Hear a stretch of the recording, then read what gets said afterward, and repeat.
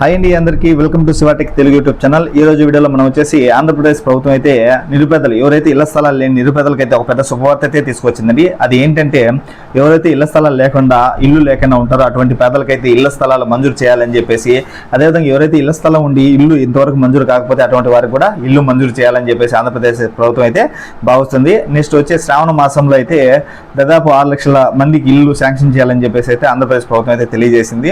కాబట్టి ఎవరైతే నిరుపేదలు ఇంకా ఇళ్ల స్థలాలు కానీ ఇల్లు కానీ ఇంతవరకు గవర్నమెంట్ నుంచి తీసుకోలేదు అటువంటి వారైతే ఈ యొక్క అప్లికేషన్ అనేది పెట్టుకోవడానికి అయితే అవకాశం కల్పించింది.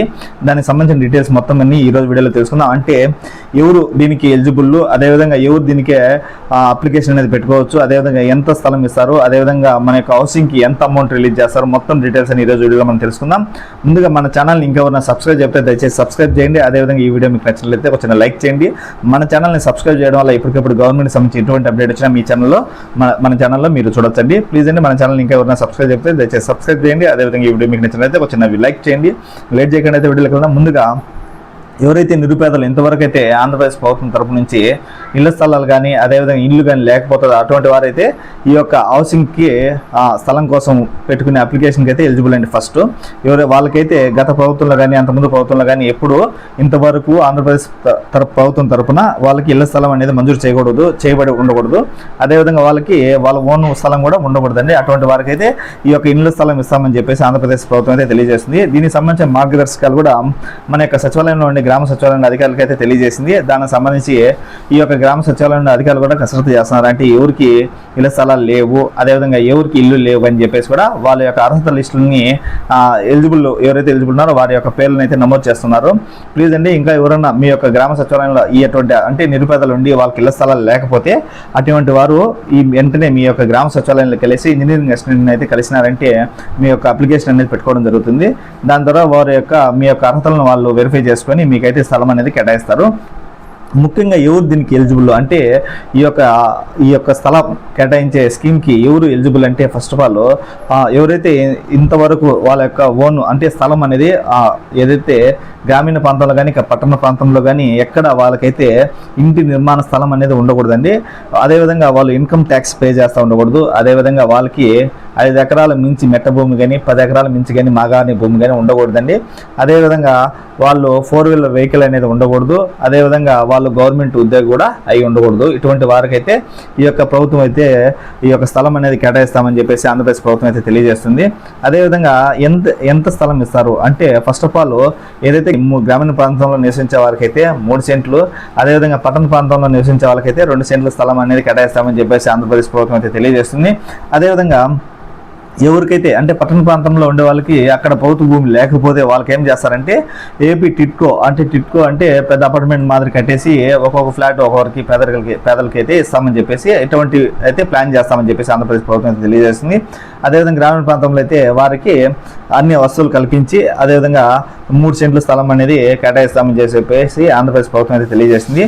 అదేవిధంగా వారు గృహాన్ని నిర్మించుకోవడానికి కోసము ఆంధ్రప్రదేశ్ ప్రభుత్వం తరపు నుంచి 1,50,000 రూపాయల అమౌంట్ అనేది వాళ్ళకి శాంక్షన్ అంటే విడతల వారిగా వాళ్ళకి స్టేజ్ల వైజ్ అయితే రిలీజ్ చేస్తారు.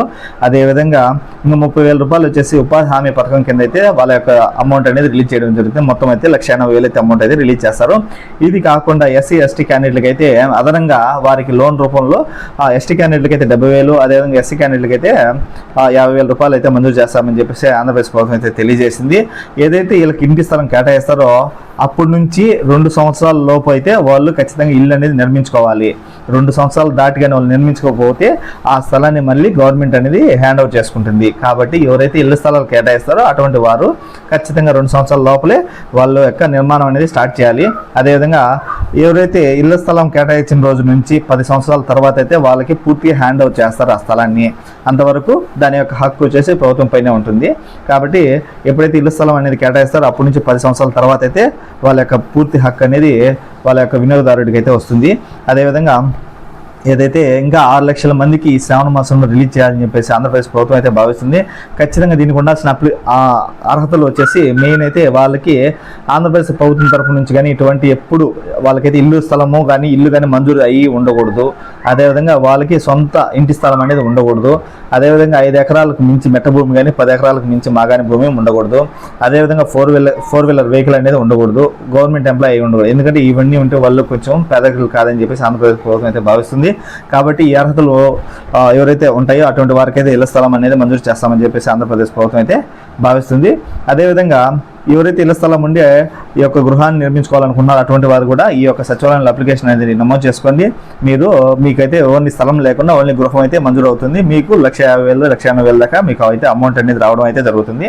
ఖచ్చితంగా ఎవరైతే ఇళ్ల స్థలం ఇవ్వబడుతుందో వాళ్ళు ఖచ్చితంగా 2 సంవత్సరాల లోపలే మీ యొక్క ఇల్లు అనేది నిర్మాణం అనేది పూర్తి అయి ఉండాలి. ఏదైతే మనకు పట్టా ఇస్తారో ఆ రోజు నుంచి 10 సంవత్సరాల తర్వాత అయితే మీకు పూర్తి హక్కు అనేది ఆ స్థలం మీద గవర్నమెంట్ అయితే మంజూరు చేయడం జరుగుతుంది. కాబట్టి ఎవరైతే మీ యొక్క అర్హతలు ఉండి మీరు ఇంకా సచివాలయంలో అప్లికేషన్ ఇవ్వలేదు అటువంటి వారైతే ఖచ్చితంగా భిన్న అప్లికేషన్ ఇచ్చేయండి. ఈ శ్రావణ మాసంలో మీరు ఖచ్చితంగా ఎలిజిబుల్ అయితే మీకైతే ఇంటి స్థలం అనేది కేటాయించబడడం జరుగుతుందని చెప్పేసి ఆంధ్రప్రదేశ్ ప్రభుత్వం అయితే తెలియజేస్తుంది. ఈ వీడియో మీకు నచ్చినట్లయితే, ఈ ఇన్ఫర్మేషన్ మీకు నచ్చినట్లయితే మీ ఫ్రెండ్స్ అండ్ ఫ్యామిలీ మెంబర్స్కి అయితే షేర్ చేయండి. అదేవిధంగా ఈ వీడియో మీకు నచ్చినట్లయితే ఒక చిన్న లైక్ చేయండి. అదేవిధంగా మన ఛానల్ని ఇంకేమైనా సబ్స్క్రైబ్ చెబుతూ దయచేసి సబ్స్క్రైబ్ చేయండి. అందరికీ థ్యాంక్ యూ.